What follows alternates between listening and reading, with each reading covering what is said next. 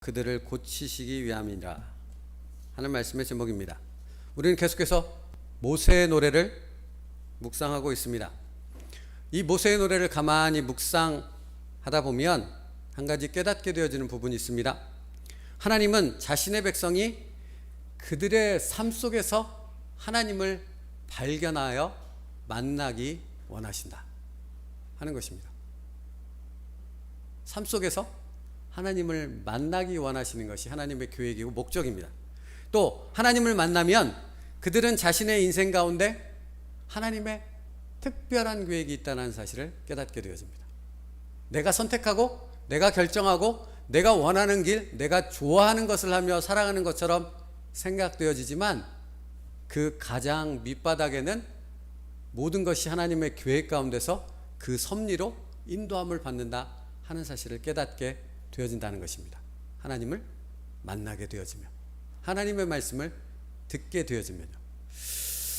그리고 하나님의 말씀을 통해 하나님의 섭리를 깨닫게 된 사람은 반드시 변화할 수밖에 없다는 것입니다. 변화의 놀라운 삶, 이전에는 경험해 보지 못한 삶을 경험할 수밖에 없다 하는 것입니다. 이것을 한마디로 요약하면, 정리하면 이렇습니다. 깨닫는 것이 곧 우리의 삶을 바꾸는 원동력이 되어집니다. 하나님의 말씀을 듣고 깨닫는 것이 우리의 변화의 삶을 주장하는 능력이 되어진다 하는 것입니다. 그러므로 첫 번째, 하나님의 말씀이 우리에게 들려야 합니다. 어떤 메신저가 음성을 통해 말할 수도 있고요, 신명기 32장처럼 찬양의 가사의 내용으로 우리에게 들려질 수도 있고요, 어떤 상황과 형편 가운데 우리의 상황 속에서 하나님께서 우리에게 말씀하여 깨닫게 하실 수도 있습니다. 그런데 가장 중요한 것은 무엇입니까? 하나님의 말씀이 계속해서 들려져야 한다는 것입니다. 그 하나님의 말씀이 오늘도 내게 들려져야 한다는 사실입니다. 그러므로 여러분, 우리에게 있어서 가장 중요한 믿음이 무엇이겠습니까? 오늘도 내게 하나님께서 말씀하신다라는 사실을 믿는 것입니다. 그게 가장 중요한 믿음입니다. 마태복음 13장 씨 뿌리는 비유에 주님은 이렇게 말씀하십니다. 13장 18절이요. 그런즉 씨 뿌리는 비유를 들으라. 주님의 이 말씀 속에는 이런 의미를 담고 있습니다. 아무나 천국 말씀을 듣고 깨닫지 못할 때는 악한 자가 와서 그 마음에 뿌려진 것을 빼앗나니 이는 곧 길가에 뿌려진 자예요. 무슨 말입니까? 밭에 씨가 뿌려지듯이 우리 사람의 영혼 가운데 말씀의 씨앗이 계속해서 뿌려진다라는 것을 말씀하고 있는 것입니다. 여러분, 오늘도 우리의 심령의 밭에 하나님의 말씀이 뿌려지는 줄로 믿습니다. 그 말씀이 뿌려진다는 것을 믿고 신뢰하고 알고 있을 때 말씀을 받을 수 있는 것이죠. 이런 말이 되는 것입니다. 여러분, 그냥 맨 밭에, 겨울 내내 꽁꽁 얼었던 밭에다가 그냥 씨를 뿌리나요, 농부들이? 그럴 수 없죠. 그러면 다 씨앗이 죽죠. 어떻게 합니까? 다 뒤집어 엎죠. 개가를 하죠. 그렇죠? 왜 그렇게 하는 것입니까? 씨앗이 심겨서 건강한 열매를, 결실을 맺기 위해서 그렇게 하는 것 아니겠습니까? 사랑하는 성도 여러분, 우리의 삶을 만지시는 하나님은 말씀의 씨앗이 심길 수 있도록 우리의 심령을 갈아 엎으시는 과정을 밟는 것입니다. 그것을 알아야 됩니다. 그랬을 때 말씀의 씨앗을 받을 수 있는 준비가 되어지는 것이기 때문에 그런 거거든요. 준비가 안 되면 맨 밭에 뿌려져서는 여러분의 냉랭한 심령 가운데, 세상 가운데 깊이 빠져있는 여러분의 심령 가운데 여전히 세상만을 바라보고 세상의 근심과 걱정에 쌓여 살아가는 여러분 가운데 아무리 말씀의 씨앗이 뿌려진들 결실할 수 없다라는 것입니다. 그래서 23절 말씀에 좋은 땅에 뿌려졌다라는 것은 말씀을 듣고 깨닫는 자니 결실하여 어떤 것은 100배, 어떤 것은 60배, 어떤 것은 30배가 되느니라 하시더라. 여러분, 이 비유의 말씀의 핵심은 무엇입니까? 30배, 60배, 100배 숫자가 아니라 말씀의 씨앗이 뿌려졌다라는 것이 이 비유의 초점입니다. 우리의 마음밭을 개갈하여 말씀을 품을 수 있도록 바꾸셔서 거기에 말씀의 씨앗이 계속해서 뿌려진다는 사실이 이 비유의 핵심이라고요.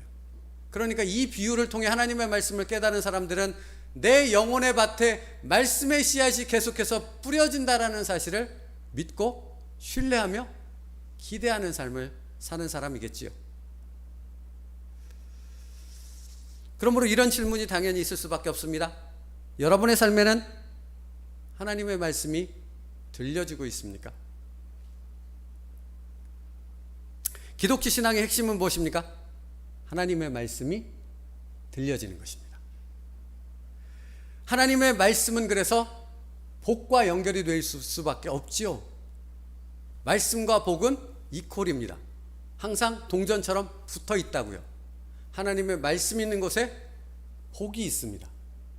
그러니까 말씀이 없는데 무언가 복된 일이 일어나는 듯한 느낌이 있다면 점검해 봐야 됩니다. 이게 잘못된 것일 수 있기 때문에 그렇습니다. 하나님의 말씀이 있을 때 하나님의 약속된 축복이 있습니다. 성경은 분명하게 그렇게 우리에게 가르쳐주고 있습니다. 그래서 성경은 복 있는 사람을 누구라고 말합니까? 하나님의 말씀을 읽고 하나님의 말씀을 듣고 하나님의 말씀대로 지켜 행하는 사람, 그 사람이 복 있는 사람이라 말합니다. 시편 1편 2절과 3절이요. 복 있는 사람이 어떤 사람인가 소개하고 있습니다. 우리 같이 읽을까요? 시편 1편 2절로부터 3절입니다. 같이 읽겠습니다. 시작. 오직 여호와의 율법을 즐거워하여 그의 율법을 주야로 묵상하는도다. 그는 시냇가에 심은 나무가 철을 따라 열매를 맺으며 그 잎사귀가 마르지 아니함 같으니 그가 하는 모든 일이 다 형통하리로다. 아멘. 사랑하는 성도 여러분, 복 있는 사람은 말씀을 주야로 묵상하는, 시냇가에서 생명의 물이 공급되어지는 것처럼 끊임없이 말씀의 공급을 받는 사람이다라고 말하고 있습니다. 그렇다면 묻고 싶습니다, 여러분. 좋을 때 말씀을 듣고 싫을 때는 말씀을 안 듣는다면 그 사람은 복 있는 사람이겠습니까? 아니겠습니까? 여러분, 생각해 봐야 될 부분 아니겠습니까? 우리는 좋을 때는 듣습니다. 적어도 들으려고 애를 씁니다. 그런데 안 좋을 때는 아예 막아버립니다. 내 삶이 힘든데, 내가 힘든데, 내 문제가 이렇게 엉망진창인데, 내 삶이 이렇게 엉망진창인데 무슨, 이러지 않으십니까? 근데 하나님 말씀하십니다. 복 있는 사람은 언제나 말씀을 듣는 사람이다. 그 말씀을 묵상하며 경청하는 사람이다 라고 얘기합니다. 그래서 요한계시록 1장 3절에도 이와 같은 말씀을 하는데요. 이것도 같이 읽을까요? 요한계시록 1장 3절입니다. 시작. 이 예언의 말씀을 읽는 자, 듣는 자와 그 가운데 기록한 것을 지키는 자는 복이 있나니 때가 가까웁니다. 항상 그 말씀을 듣고 읽고 지켜 행해야 된다라고 말합니다. 그리고 마지막에 뭐라고 하셨습니까? 때가 가까움이니라. 여러분, 말씀을 읽고 듣고 지켜 행할 때가 있다라는 것입니다. 무슨 말입니까? 때가 지나면 후회해도 소용이 없습니다. 거지 나사로와 부자의 이야기를 기억하십니까? 둘 다 죽었습니다.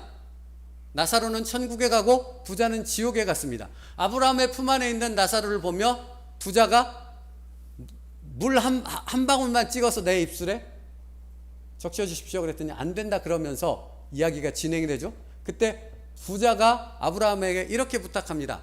아직 죽지 않은 형제들이 저 세상에 많이 살아 있습니다. 내가 잠시 가서 그들에게 지옥에 오지 않도록 복음을 전하고 올 수 있도록 해 주십시오라고 부탁을 합니다. 여러분, 아브라함이 뭐라고 대답했겠습니까? 거기 있는 사람이 전할 거야. 거기 살아있는 사람의 말을 듣지 않으면 네가 가도 안 믿을 거야 라고 얘기하시면서 동일한 얘기를 하시죠. 뭐죠? 때가 있다라는 것입니다. 들을 때가 있다고요. 순종할 때가 있다고요. 주구장창 언제까지나 듣고 언제까지나 깨닫고 언제까지나 지킬 수 있는 기회가 있지 않습니다. 여러분, 우리가 오늘 모여서 이렇게 예배를 드립니다. 코로나 때문에 우리는 한 가지 분명한 사실을 깨닫게 되었습니다. 북한만, 중국만, 이슬람권에 있는 나라 성도들만 마음대로 예배를 못 드리는 것이 아니구나 하는 것입니다. 여러분, 우리에게도 얼마든지 찾아올 수 있습니다. 예배를 드릴 수 있을 때가 있고, 기도할 수 있을 때가 있고, 말씀에 순종할 때가 있다라는 사실을 기억해야 합니다. 그러니 상황에 따라 순종 안 하고 상황에 따라 듣지 않고 마음이 불편하고 감정이 상하면 하나님의 말씀을 외면하여 듣지 않는 것은 지극히 어리석은 자의 모습이라 하는 것입니다. 그러므로 성도에게 생명은 무엇입니까? 하나님의 말씀이 들려지는 것입니다. 그게 생명입니다. 영혼의 생명줄입니다. 모세의 노래가 담겨있는 하나님의 말씀이 이스라엘 백성에게 약속의 땅에서 생명줄과 같았던 것처럼 지금 이 시대를 살고 있는 우리에게 하나님의 말씀은 동일하게 영혼의 생명줄과 같다라는 사실을 여러분 잊지 말아야 됩니다. 이걸 놓치면 죽습니다. 망합니다. 어떻게 이렇게 말할 수 있습니까? 이스라엘 백성이 그랬거든요. 그들은 상황에 따라, 감정에 따라, 또 형편에 따라 하나님의 말씀을 듣다가도 거부해 버렸습니다. 하나님을 외면해 버렸습니다. 철저하게 망가졌죠.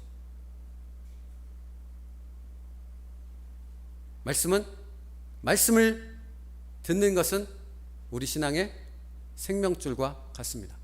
그러므로 여러분, 동일한 시대를 살고 있고 동일한 예배를 드리고 있고 동일하게 성도라 불려지고 있음에도 전혀 다른 삶을 살고 있는 부분에는 이유가 있겠죠.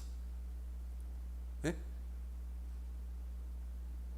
동일한 시대를 살고 있잖아요. 동일하게 코로나를 겪고 있고요.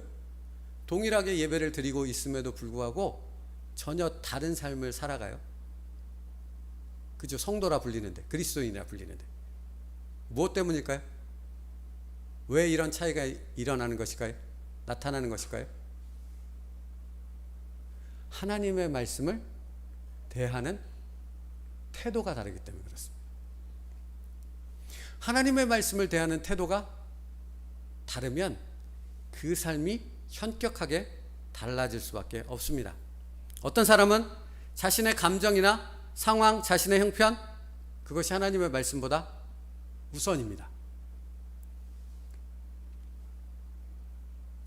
그러니까 아무 일 없을 때는 듣는 것처럼 굉장히 순종하는 사람처럼 보여지지만 무슨 일만 있으면 당장 하나님부터 원망하고 불평하고 들어가는 사람입니다. 씨 뿌리는 비유에서 주님께서 그 부분을 이렇게 말씀하셨어요. 돌밭에 뿌려졌다는 것은 말씀을 듣고 즉시 기쁨으로 받되 그 속에 뿌리가 없어 잠시 견디다가 말씀으로 말미암아 환난이나 박해가 일어날 때는 곧 넘어지는 자요. 여기 뭐라고 그랬습니까? 말씀으로 말미암아 환난이나 박해가 일어날 때는 곧 넘어지는 자요. 처음에는 기쁨으로 받았다고요. 처음에는 아멘 아멘 한다고요. 예배 시간에는 아멘하며 그렇게 살아야지 이렇게 말한다고요. 그런데 말씀으로 인한 환난과 고난이 다가오면 버립니다. 말씀을. 언제 그랬냐는 듯이 먼지 떨듯이 툭툭 털어버립니다. 그리고 세상을 향해 쫓아가고 늘 원망과 불평이 있고 세상의 방식을 찾아 나의 인생의 문제를 해결하려고 힘쓰는 자가 되어진다는 것입니다. 또 어떤 사람은 하나님의 말씀보다 세상에서 생겨난 염려와 걱정을 더 중요시하고 이 안에 차곡차곡 담아두는 사람이 있다. 주님 말씀하셨습니다. 이 세상에 썩어 없어질 것에 대한 지나친 관심과 욕심, 거기에 대한 집착이 말씀에 대한 신뢰보다도 훨씬 더 강하다 하는 것입니다. 그런 사람들의 마음에는 뭐가 있습니까? 염려와 걱정으로 가득 차 있다고 말씀하십니다. 두려움으로 늘 가득 차 있다 하십니다.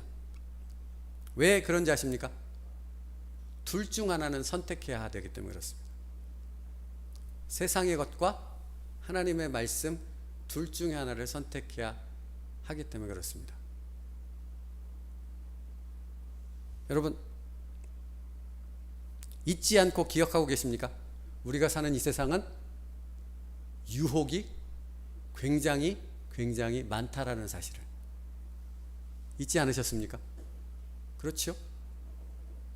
우리가 사는 이 세상은 우리의 신앙을, 말씀을 듣는 귀를 막아버리고자 하는 목적을 가진 그 유혹들이 굉장히 많습니다. 그 말은 무엇입니까? 하나님의 말씀과 똑같은 위치로 와서 우리로 하여금 선택하게 만드는 상황, 그 갈등의 상황이 늘 있다 하는 것을 알려주고 있습니다. 말씀을 따를 것인가? 세상을 따를 것인가? 여러분, 사단도 둘 다라고 얘기하지 않아요. 둘 중에 하나야 라고 얘기하고 있고요. 하나님은 당연히 둘 중에 하나야라고 말씀하십니다. 마태복음 6장 24절이요. 한 사람이 두 주인을 섬기지 못할 것이니 혹 이를 미워하여 저를 사랑하거나 혹 이를 중히 여겨 저를 경히 여김이라. 너희가 하나님과 재물을 겸하여 섬기지 못하느니라. 여러분, 재물이 필요하지 않다? 그렇게 말씀하시는 것 아니지요? 하나님의 권위, 하나님의 위치에 다른 것은 올 수 없다라는 것을 얘기하는 것입니다. 다른 곳이 오면 어떻게 되는 겁니까? 여기서부터 문제가 발생하는 거거든요. 여기서부터 여러분의 신앙의 갈등과 문제와 영적인 침체로 이어지는 수많은 일들이 여기서부터 시작되는 것이거든요. 만약에 하나님의 말씀의 위치가 그 어떤 것도 범접하지 못하는 그 분명한 위치를 잡고 있으면 여러분에게, 그러면 갈등이 있을 수 없죠. 이게 최고니까요. 여러분, 맞지 않습니까? 고등법원에서 그 다음에 상고하고 그 다음에 상고해서 결국은 어디까지 갑니까? 대법원까지 갑니다. 대법원에서 판결 나면 끝 아닙니까? 최고의 법이니까요. 거기서 최고의 판결을 내리는 것이니까요. 하나님의 말씀의 권위가 여러분에게 딱 여기에 잡혀 있으면 그 어떤 것도 여기에 도전하지 못하는 분명한 믿음을 갖고 있다면 갈등이 생길 이유가 없겠지요. 근데 그렇지 않다는 것입니다. 수많은 것들이 하나님의 말씀과 동등한 주의로 올라온다는 것입니다. 거기서부터 염려와 근심, 유혹이 가득할 수밖에 없는 것입니다. 가시떨기 나무에 뿌려졌다는 것은 말씀을 들으나 세상의 염려와 재물의 유혹에 말씀이 막혀 결실하지 못하는 자요입니다. 그러니까 그러한 것들이 오면 뭐가 막히는 것입니까? 말씀이 들려지는 것이 막혀지는 것입니다.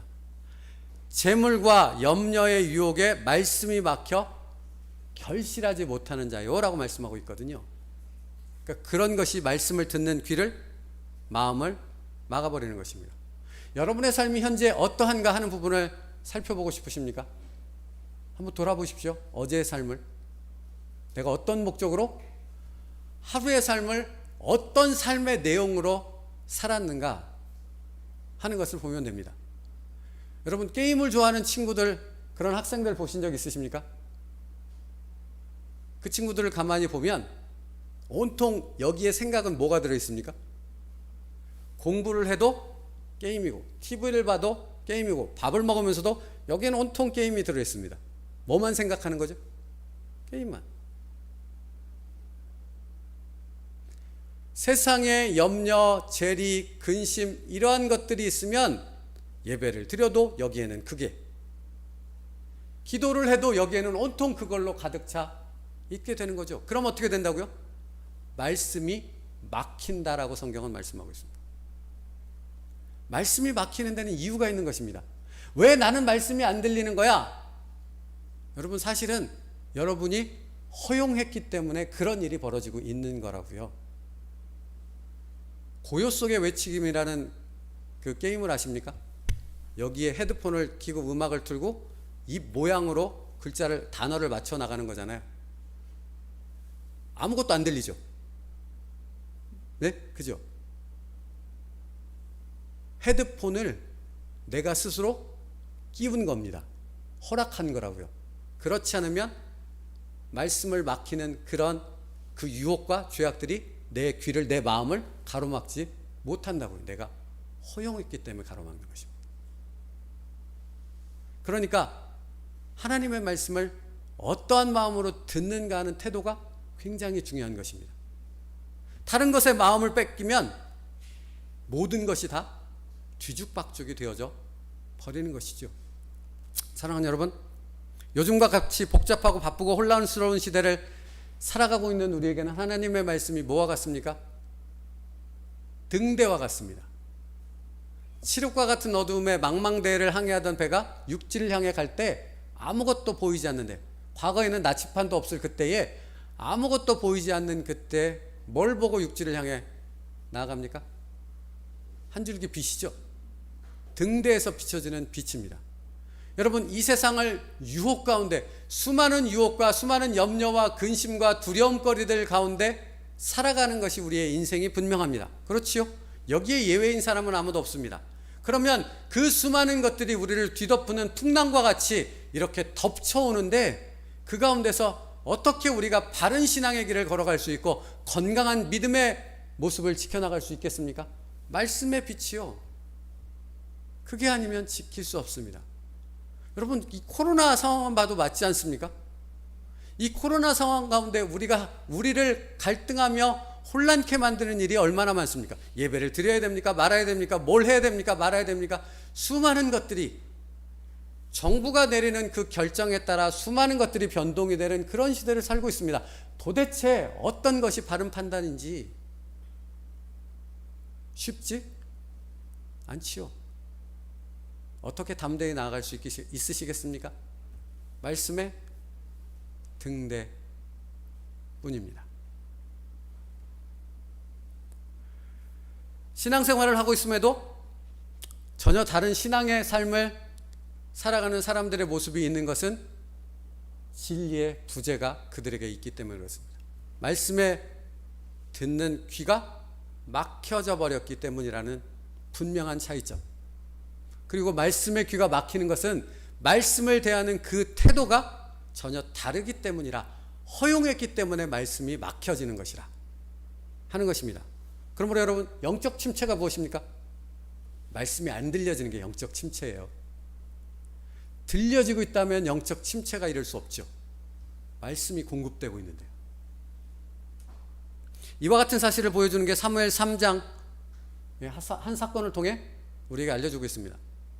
사무엘 3장의 기록을 보면 이때는 엘리 제사장 시대라 하는 것을 성경이 알려줍니다. 그런데 그 엘리가 제사장으로 있었던 시대를 성경이 뭐라고 표현하냐면, 아이 사무엘이 엘리 앞에서 여호와를 섬길 때는 여호와의 말씀이 희귀하여 이상이 흔히 보이지 않았더라 라고 표현합니다.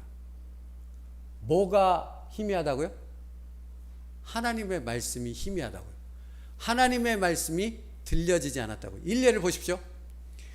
하나님께서 오죽이나 하나님의 말씀을 들려줘도 듣지 않는 사람들로 가득했기에 하나님은 누구에게 말씀하셨습니까? 어린 사무엘이라고 기록하고 있죠. 엘리 제사장도 있고 엘리 제사장의 아들들도 있고 수많은 레위인들이 있고 수많은 이스라엘 백성들이 있었음에도 불구하고 하나님은 그 누구에도 말씀을 하셨는데, 전하셨지만, 선포하셨지만 그들이 듣지 않았기에 어린 사무엘에게 말씀하셨다고요.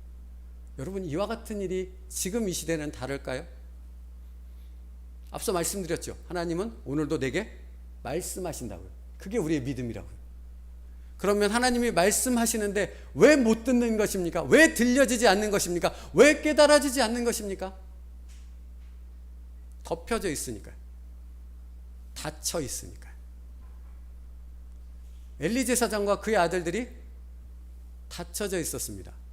사실은 그들이 하나님의 말씀을 거부했습니다. 이것을 3장에서 설명하는데요. 엘리에게 두 아들이 있었습니다. 둘 다 제사장입니다. 그들은 맡은 역할이 무엇이냐면 제사를 집도하는 것이었습니다. 그런데 성경 말씀을 보면 그 두 아들이 하나님의 제사를 멸시하였다라고 기록하고 있습니다. 여러분, 이게 무슨 말인지 이해가 되십니까? 제사장이, 제사를 집도하는 사람이 하나님의 제사를 멸시했다고요. 무시했다고요. 지금 말로 바꿔볼게요. 목사가 주일날 말씀을 전하는데 이 말씀을 전혀 신뢰하지 않습니다. 하나님을 신뢰하지 않습니다. 그런데 말씀을 전합니다. 뭡니까 이게? 이게 뭐냐고 이게? 왜 말씀을 전해야 되는 것입니까? 근데 엘리 제사장이 그랬다고요. 그런데 더 중요한 것은 무엇인지 아십니까? 하나님이 그것을 그 아들들에게 경고하십니다. 하나님의 사람을 엘리 제사장에게 보내서 내가 네 아들들이 내가 전하는 이 경고의 말씀을 듣지 않으면 죽여버리리라. 이렇게 경고합니다.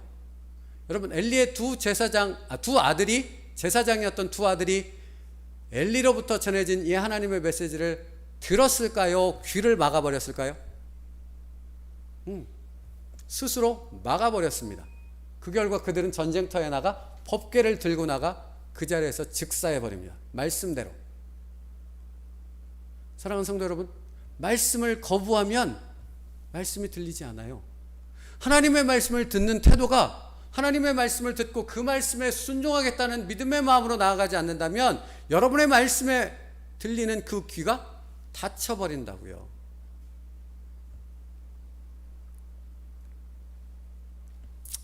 이와 같은 모습을 이스라엘 백성들을 통해 모세의 노래는 정확하게 똑같이 지적하고 있습니다. 신명기 32장 15절 말씀입니다. 그런데 여수른이 기름짐에 발로 찼도다. 내가 살찌고 비대하고 윤택하며 자기를 지으신 하나님을 버리고 자기를 구원하신 반석을 업신여겼도다 합니다. 여러분, 여기서 여수르는 이스라엘 백성들을 부르는 하나님의 애칭입니다. 사랑이 담겨있는 호칭이라는 것입니다.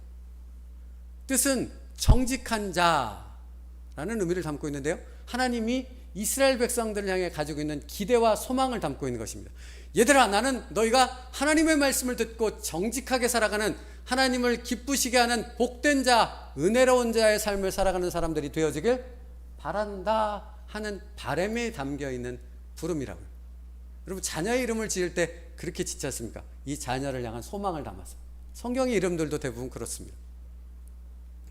여수르나라고 부르는 것은 그런 하나님의 기대와 소망이 담겨 있는데 15절 말씀을 보면 그 기대와 소망을 완전히 부서뜨려 버렸습니다. 산산조각 내버린 것입니다.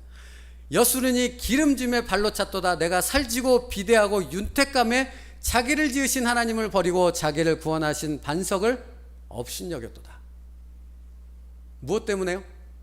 세상의 것들이 가득 들어오므로, 그것을 허용함으로 말씀이 들려지는 귀가 닫혀지니까 결국은 하나님을 버리고 하나님을 배신해버렸다 하는 것입니다.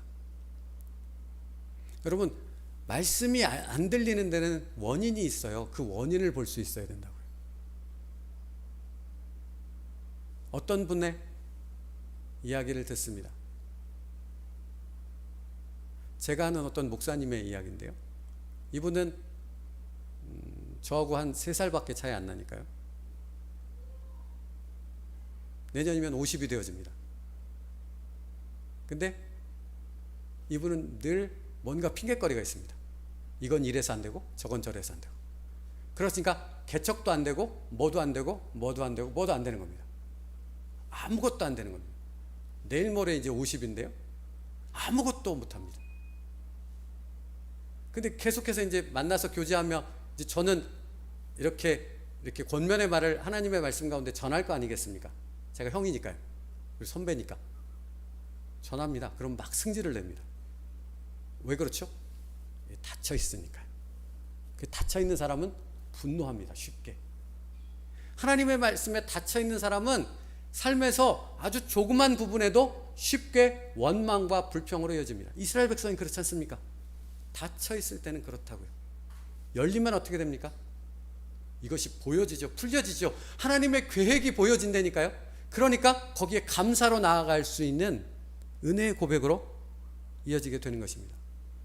여러분, 하나님을 향한 그 신뢰의 마음이, 하나님의 말씀이 빠져나가 버리면 여기는 세상 것들로 가득 찹니다. 회칠한 무덤처럼 주님이 말씀하신 온갖 것들로 가득 차서 내 삶을 뒤흔들어 버린다 하는 사실입니다. 여러분, 교회에 다닌다고, 예배에 참석했다고 모두가 다 하나님의 백성은 아닙니다. 하나님의 백성의 정체성의 핵심은 말씀이 들려지는 것에 있습니다. 하나님의 말씀에 귀를 기울이고 그 말씀을 듣고자 하는 열정과 열심에 있다고. 여러분 보십시오. 가만히 있으면 하나님의 말씀이 들려지고 깨달아지고 지켜집니까? 여러분이 아무것도 안 해도 그렇게 되어지던가요? 아니요. 절대로 그렇게 안 됩니다. 말씀을 듣고자 힘써야 됩니다. 말씀을 향한 열심이 있어야 되고 그 말씀을 향한 사모함과 그 말씀을 지키기 위한 몸부림이 없으면 말씀의 은혜 없습니다.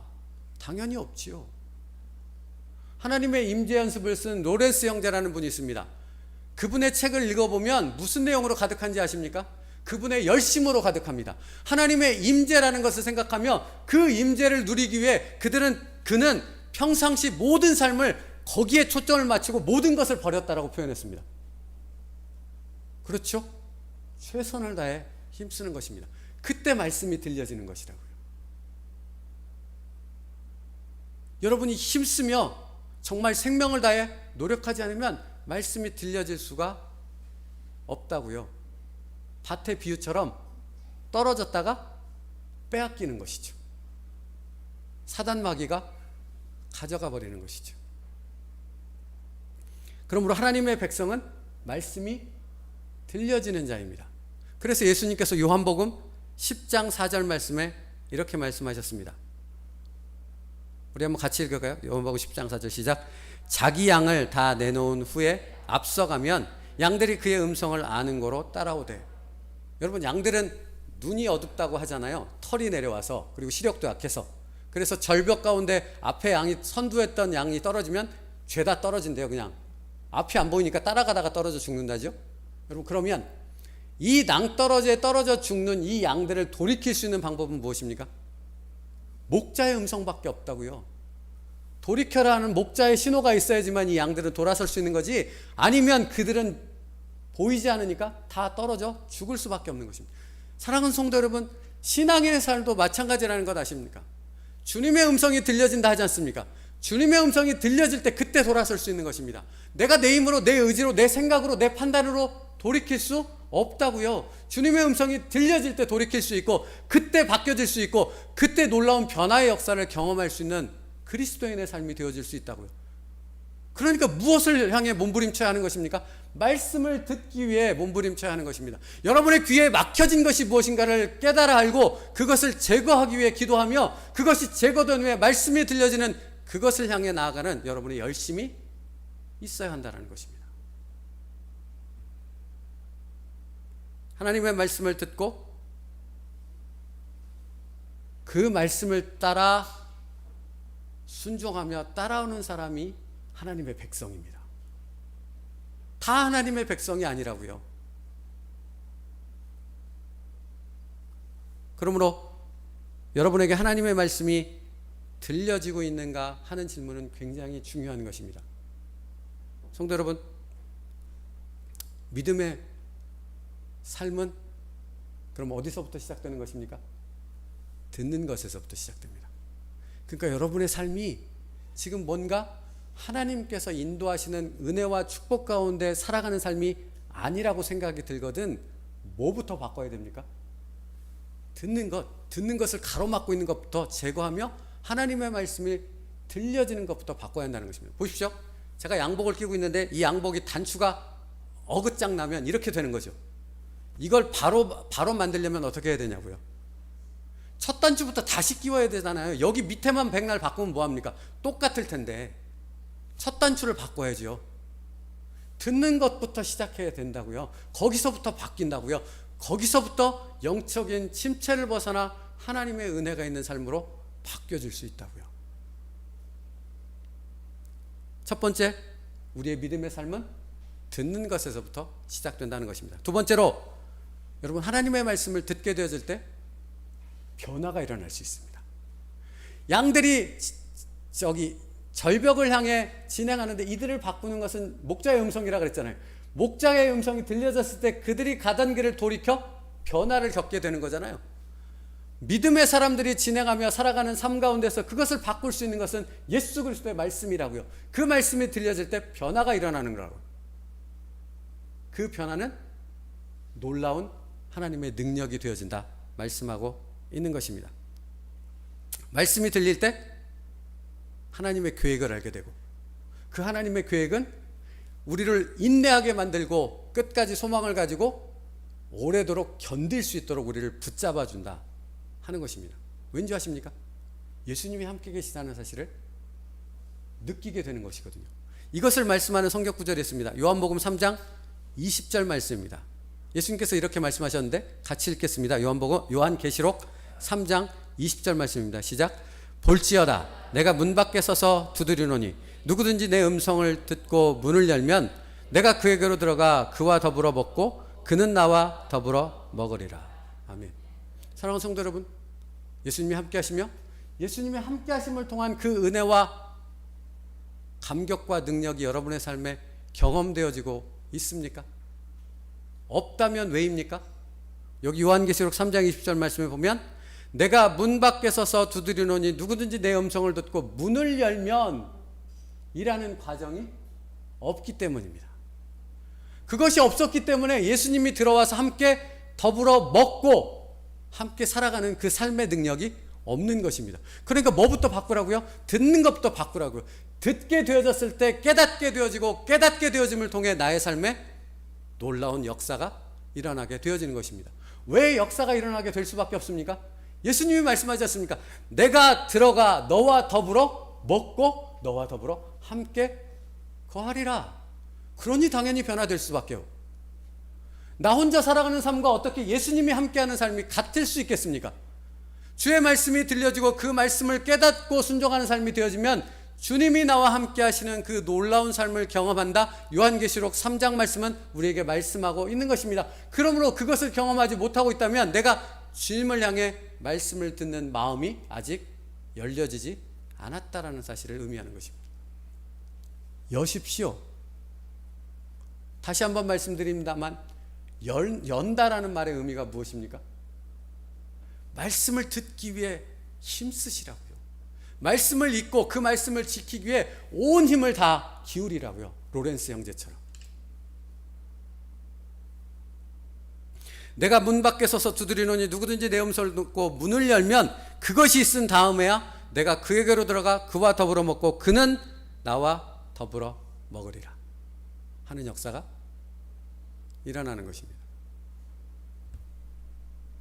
동일하게 교회를 다니고 동일하게 예배를 드리고 있음에도 주님과 함께 살아가는 깊은 은혜의 경험이 없는 것은 주님의 말씀을 듣지 못하고 있고 여전히 뭔가로 가로막혀 있기 때문에 그렇다는 것입니다. 그러므로 사랑하는 성도 여러분, 가시떨기에 뿌려졌다는 것은 말씀을 들으나 세상의 염려와 재물의 유혹에 말씀이 막혀 결실하지 못하는 자요 라는 씨 뿌리는 비유의 말씀을 기억하며 나의 삶이 혹 이런 가운데 빠져 있다면 이것을 바꿀 수 있는 하나님의 지혜를 구할 수 있는, 하나님의 도움을 구할 수 있는 여러분 되어지길 바랍니다.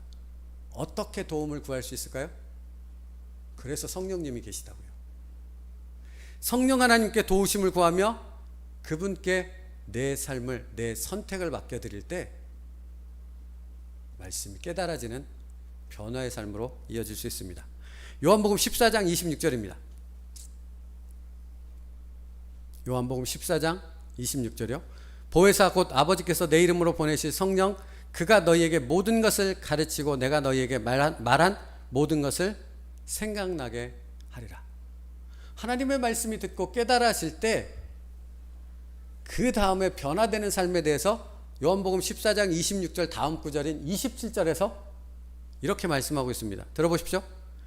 평안을 너희에게 끼치노니 곧 나의 평안을 너희에게 주노라. 내가 너희에게 주는 것은 세상이 주는 것과 같지 아니하리라.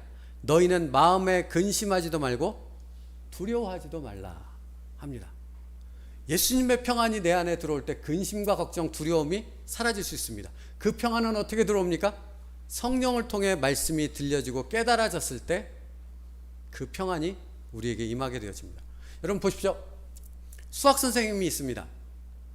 근데 한 어린아이에게 그가 알지 못하는 한 수학 공식을 가르치고자 작정했습니다. 그래서 열심히 설명합니다. 여러분, 아이의 입장에서 한번 생각해 보십시오. 처음부터 이해가 되겠습니까? 처음부터 이런 놀라운 공식이 이렇게 되겠습니까? 아니죠. 아이는 어떨까요? 이게 지금 가리키는 게 중요한 것인지 뭐 어떤지 이건 상관없습니다. 중요한 것은 지금 자기의 생각인데 이해할 수 없는 거죠. 못 알아먹겠는 거죠. 처음 듣는 것이니까요. 우리가 마치 그렇다라는 것입니다. 하나님의 말씀이 처음 들려질 때 잘 알아지지 않죠. 깨달아지지 않죠. 처음 듣는 것인데요. 경험해보지 못한 세계인데요. 그런데 그것을 돕기 위해서 성령 하나님께서 우리에게 들어오셨다는 것입니다. 그래서 깨닫게 하신다는 것입니다. 안내하신다는 것입니다. 그러니까 우리가 열심을 다해 듣기를 힘쓸 때 성령 하나님의 깨달음은 점점 더 우리에게 더 깊이 다가올 수 있게 되는 것이죠. 그렇죠. 수학을 공식을 가리키는 선생님이 이제 손과 발도 쓰고 뭐 여러 가지 도구들을 사용해서 여러 가지 방법으로 그 아이에게 가르쳐 줄 것 아닙니까? 그러면 서서히 깨달아지겠지요. 그런데 여러분 아십니까? 그 아이가 그 공식을 깨닫게 되어졌을 때 그 아이는 한 단계 업그레이드가 되는 것이죠. 근데 이거 아세요? 한 단계 업그레이드 되어지는 것으로 끝나지 않는다는 것. 이 공식은 수많은 문제들에 적용이 될 수 있기 때문에 그렇습니다. 맞지요? 우리가 하나님의 말씀을 깨닫고 그것이 들려지고 그 말씀이 내 안에 심겨지기 시작할 때 그것은 수많은 우리의 삶을 바꿀 수 있는 성령의 역사로 이어지게 되는 것입니다. 말씀을 듣는 귀가 열려질 수 있는 여러분 되어지길 바랍니다. 그러므로 성경에서 말하는 믿음이 무엇입니까? 하나님의 말씀을 듣고 깨닫고 그 말씀을 지켜 행하는 것이 바로 믿음입니다. 그러니까 최고의 은혜, 최고의 축복이 무엇입니까? 말씀이 들려지는 것입니다. 깨달아지는 것입니다.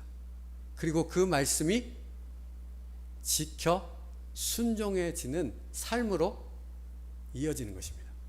그게 최고의 은혜입니다. 여러분에게 그런 최고의 은혜가 있기를 주님의 이름으로 축복합니다. 모세의 노래는 이스라엘 백성들에게 그 말씀을 듣는 귀가 없으므로 분별력 없는 삶을 살았다 하는 부분을 우리에게 가르쳐주고 있습니다. 오늘 본문을 보십시오. 28절과 29절입니다. 그들은 모략이 없는 민족이라 그들 중에 분별력이 없도다. 만일 그들이 지혜가 있어 이것을 깨달았으면 자기들의 종말을 분별하였으리라. 분별력이 없다는 말이 무엇입니까? 말씀을 듣지 않으려 한다는 것입니다. 좋을 때는 듣고 상황이 그렇지 않으면 말씀을 듣는 것을 거부한다는 것입니다. 그래서 그들을 향해 신명기 32장 6절에 하나님이 이렇게 말씀하시는 것이죠. 어리석고 지혜 없는 백성아 여호와께 이같이 보답하느냐? 그는 내 아버지시요 너를 지으신 이가 아니냐? 그가 너를 만드시고 너를 세우셨도다. 모든 것의 시작이고 그들의 모든 것이 되어주시는 하나님을 부정하는 그런 그들의 삶이 되어진다 하는 것입니다. 말씀을 듣는 길을 막아버렸을 때입니다. 여러분, 이렇게 하나님의 말씀을 듣는 귀를 닫아버린 이스라엘 백성들을 향한 하나님의 답답한 마음이 모세의 노래 가운데 표현되어 있는데요. 신명기 32장 7절 말씀입니다. 신명기 32장 7절이요. 옛날을 기억하라. 역대의 연대를 생각하라. 내 아버지에게 물으라. 그가 내게 설명할 것이요. 내 어른들에게 물으라. 그들이 내게 말하리라 하고 말합니다. 여기 하나님 답답한 마음이 있다는 거 아십니까? 야, 그렇게 내 말이 듣기 싫으냐? 내가 전하는 너희를 향한 이 메시지가 그렇게 듣기 싫으냐? 그러면 얘들아, 여기까지 진행되어 오던 너희 이스라엘 민족의 역사를 한번 봐. 내가 어떻게 너희를 인도했는지, 어떻게 말씀으로 약속하고 그것을 성취해서 이루었는지 그것을 살펴봐. 그러면 알 수 있어 라고 얘기하시고요. 그것도 부족해서 그 다음 하시는 말씀이 무엇입니까? 너희의 할아버지, 너희의 아버지, 너희의 있는 어른들에게 한번 물어봐. 어떻게 하나님의 말씀이 신실하게 지켜졌고 역사했는가? 그것을 한번 물어봐. 그러면 깨닫게 될 것이야 하고 말씀하고 있습니다. 사랑하는 여러분, 하나님의 말씀을 듣기 위해 힘쓸 수 있는 여러분 되어져야 합니다. 그래서 하나님은 이 답답한 마음을, 이 간절한 마음을 표현하기 위해서 사실은 오늘 비와 반석이라는 비유에 대해서 마지막으로 설명하려고 했는데요. 비라는 비유를 통해서 또 반석이라는 비유를 통해서 설명하십니다. 비가 무엇입니까? 이스라엘 백성이 사는 팔레스타인 지역은 강우량이 적어요. 우리나라와 달라요. 그러니까 농사를 지어도 하늘에서 적절한 때에 그때에 맞도록 비가 내리지 않으면 농사가 완전히 망합니다. 농사가 망하면 짐승들도 죽습니다. 그러니까 결국은 이스라엘 백성들이 죽는다는 얘기잖아요. 그러니까 비는 생명이라고요. 비는 곧 하나님의 말씀이라는 것입니다. 너의 영혼을 살릴 수 있는 생명의 말씀. 그러니까 비와 하나님의 말씀을 비유하여져서 설명하고 있는 것입니다. 또 반석은 무엇입니까? 여러분, 반석은 이스라엘 백성에게 어떤 역할을 했는지 아십니까? 광야 지역을 지날 때 광야는 뙤약볕이잖아요. 그늘이 없잖아요. 어디 가면 그늘이 있겠습니까? 반석, 큰 바위 아래 가면 반석 그늘 쉴 때가 있습니다. 그러니까 피난처가 되는 것이죠. 쉼터가 되는 것이죠. 그게 반석입니다. 또 여러분, 반석은 무엇입니까? 하나님이 반석을 쳐서 뭘 내셨죠? 물을 내셨잖아요. 하나님의 역사를 상징합니다. 또 반석은 무엇인지 아십니까? 가끔 광야에 있는 반석에는 거기만 그늘이 있으니까 거기만 생명이 있는 것입니다. 말하자면 들꽃들이 자라나게 되는데 들꽃이 반석 위에 생기니까 뭐가 거기에 꼬이는지 아십니까? 꿀벌들. 그래서 거기서 꿀을 생산하는 겁니다. 그러니까 반석 아래 가면 간혹 생명이 없고 죽어가는 그 여행객들에게 먹을 것을 주는 곳이 되어지는 것입니다. 그게 반석입니다. 그 반석에 비유해서 하나님의 말씀을 설명하고 있는 것입니다. 하나님의 말씀은 이처럼 반석과 같다. 여러분, 그러니까 비와 반석은 이스라엘이 자신들의 삶에서 너무 익숙한 것이죠. 그게 무엇인지 모든 사람이 아는 것입니다. 그것이 곧 하나님의 말씀이야 라고 이렇게 비유해서 설명함을 통해 말씀을 듣고 깨닫고 지키는 삶을 살도록 하나님께서 인도하고 계시는 것입니다.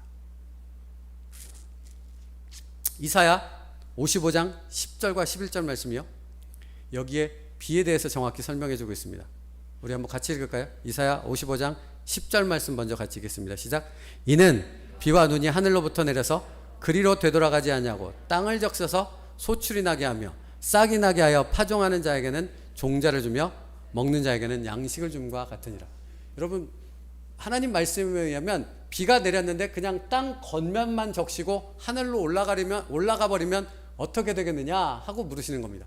그럼 어떻게 되는 것입니까? 이 세상의 모든 지구의 식물이 다 죽습니다. 식물이 죽으면 당연히 초식동물 죽고 육식동물 죽고 사람도 다 죽을 수밖에 없는 것 아니겠습니까? 황폐해지는 거죠. 근데 비는 그렇지 않답니다. 어떻다고요? 비가 내려서 땅의 깊숙한 곳까지 적십니다. 왜요? 식물들이 자라날 수 있도록, 그것을 통해 동물들이 자라날 수 있도록, 그것을 통해 지구가 생명으로 풍성해질 수 있도록. 그러면서 11절 말씀이요, 그것을 말씀에 비유해서 설명합니다. 11절 말씀도 같이 읽을게요. 시작. 내 입에서 나가는 말도 이와 같이 헛되이 내게로 되돌아오지 아니하고 나의 기뻐하는 뜻을 들으며 내가 보낸 일을 형통함이니라. 아멘. 할렐루야. 하나님의 말씀은 우리의 영혼을 적십니다. 우리의 삶을 바꿉니다. 여러분의 생각을 바꾸고 삶의 모습을 바꿔나가는 하나님의 능력이 되어집니다. 그러므로 여러분, 나를 바꿀 수 있는 것은 무엇밖에 없습니까? 말씀밖에 없습니다. 여러분을 바꿀 수 있는 것은 말씀밖에 없습니다. 죄의 결과로 지독하게 고집스러워진 여러분의 삶을 변화시키는 것은 하나님의 말씀밖에 없다라는 것입니다. 그래서 하나님의 말씀은 1.1획도 땅에 떨어짐 없이 정확하게 우리의 삶에서 성취될 수밖에 없는 것입니다. 우리를 바꾸시기 위해서요. 그러니까 여러분, 무엇이 중요합니까? 첫째는 듣는 것이 중요한 것이고, 들은 말씀이 깨달아져서 나의 삶을 변화시키는 능력의 말씀으로 이어질 수 있어야 한다는 것입니다. 말씀 마치겠습니다. 오늘 마지막 절 말씀 볼게요. 39절 말씀이요. 39절 말씀 같이 읽겠습니다. 39절 말씀 시작. 이제는 나 곧 내가 그인 줄 알라. 나 외에는 신이 없도다. 나는 죽이기도 하며 살리기도 하며 상하게도 하며 낫게도 하나니 내 손에서 능히 빼앗을 자가 없도다.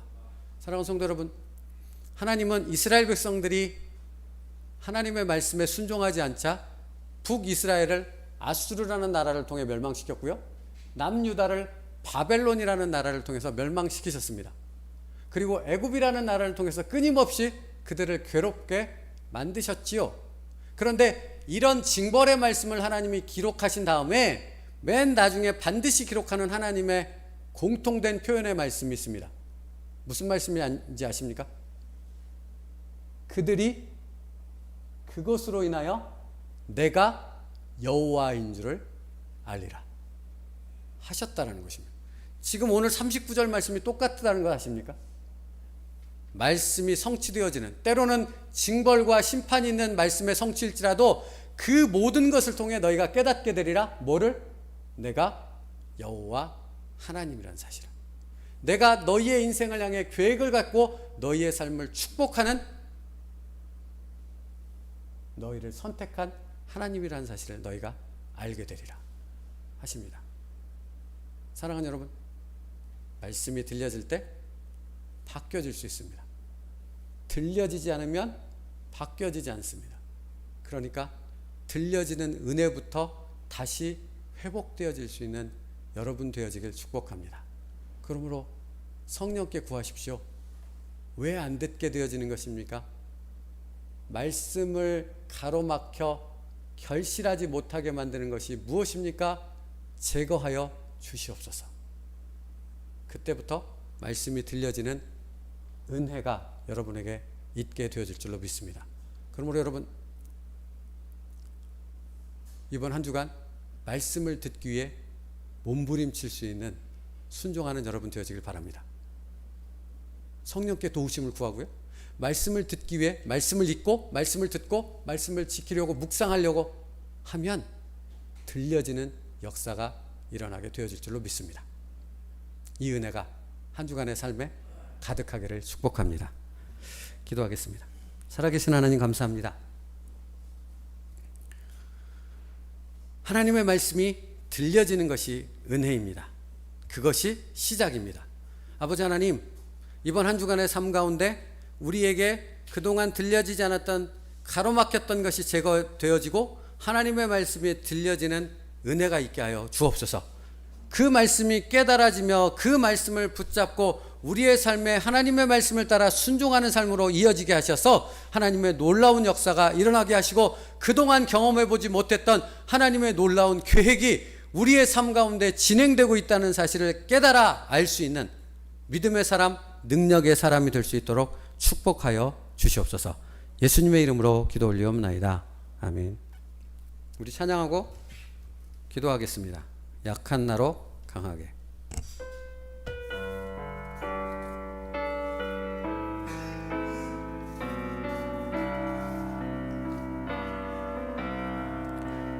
약한 나로 강하게, 가난한 날 구하게, 먼 날 볼 수 있게 행하셨네.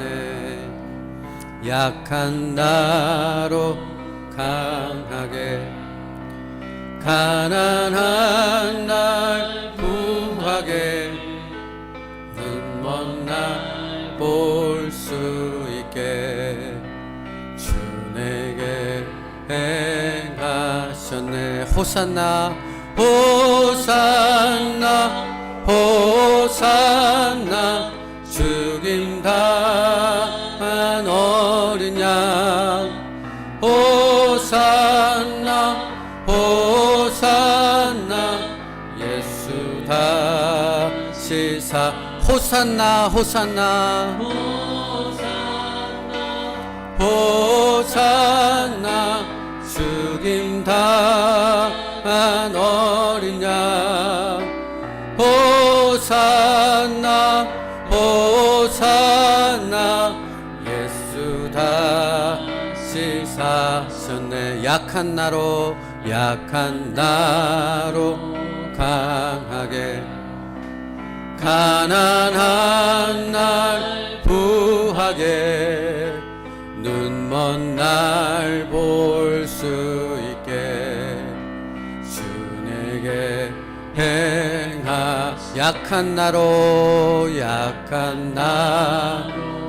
강하게 가난한 날 부하게 눈먼 날 볼 수 있게 주 내게 행하 호산나 호산나 호산나 호산나 죽임당한 어린 양 호산나 호산나 예수 다시 사 호산나 호산나 호산나 호산나 죽임당한 어린 양 호산나 호산나 예수 다시 사셨네 약한 나로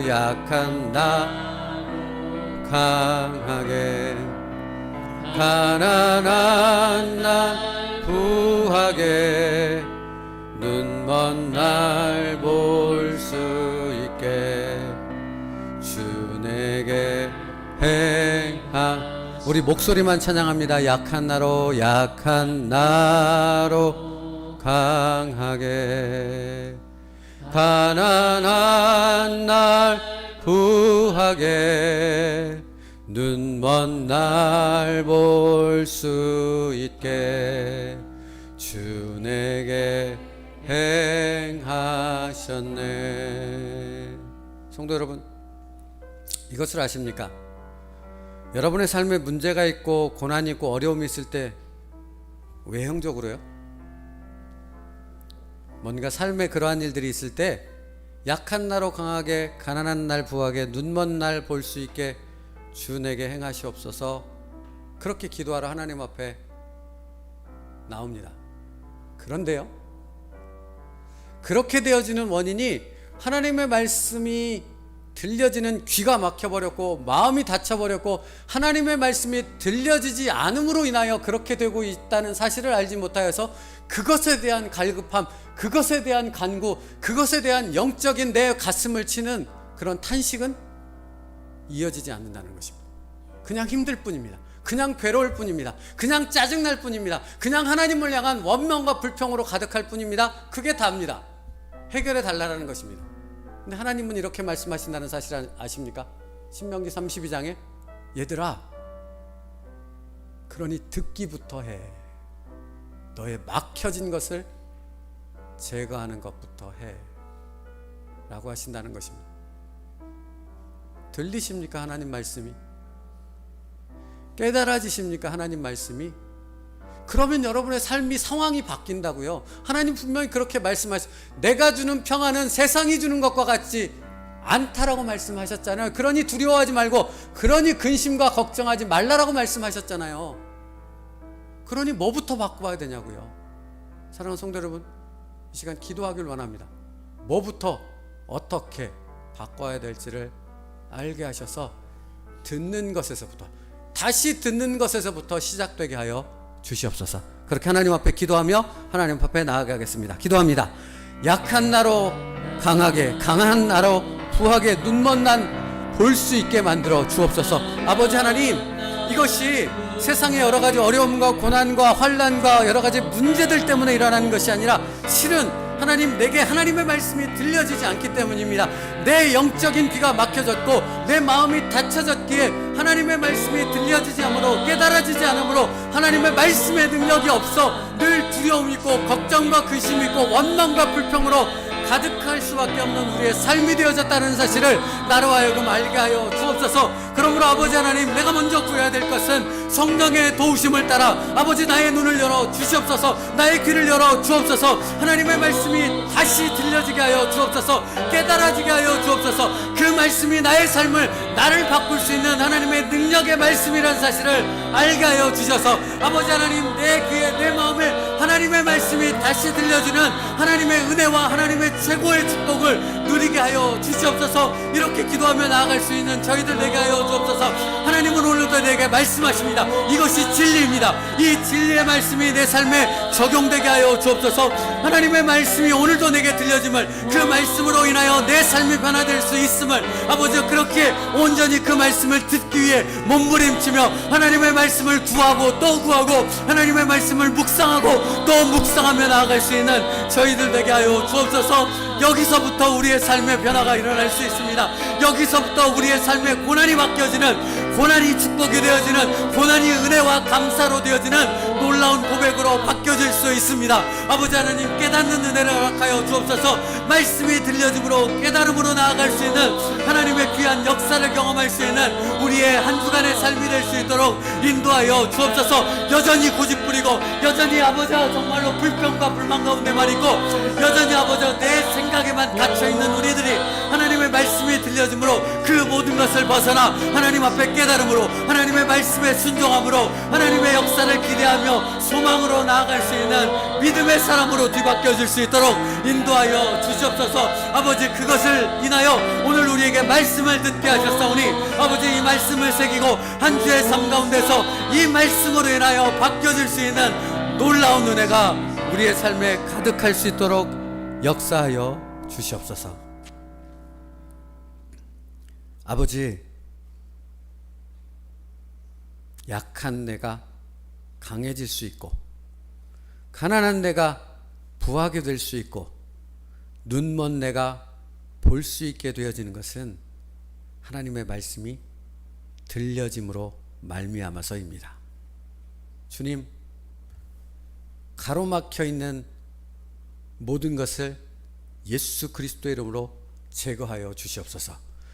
이제 다시 하나님의 말씀이 들려지게 하여 주옵소서. 하나님의 말씀이 깨달아지게 하여 주옵소서. 그래서 그 말씀의 능력으로 인하여 내 삶의 고난들이 두려움으로 다가가는 것이 아니라 근심과 걱정으로 이어지는 것이 아니라 하나님의 평안으로 이어질 수 있는 놀라운 은혜를 체험할 수 있는 저희들의 인생이 되게 하여 주시옵소서. 듣는 것에서부터 시작됩니다. 아버지, 이번 한 주간 계속해서 말씀하시는 하나님의 음성이 들려져서 나를 바꾸게 하시고 나의 삶을 바꾸시는 하나님의 역사를 경험할 수 있는 믿음의 성도들이 될 수 있도록 축복하여 주시옵소서. 예수님의 이름으로 기도 올리옵나이다. 아멘.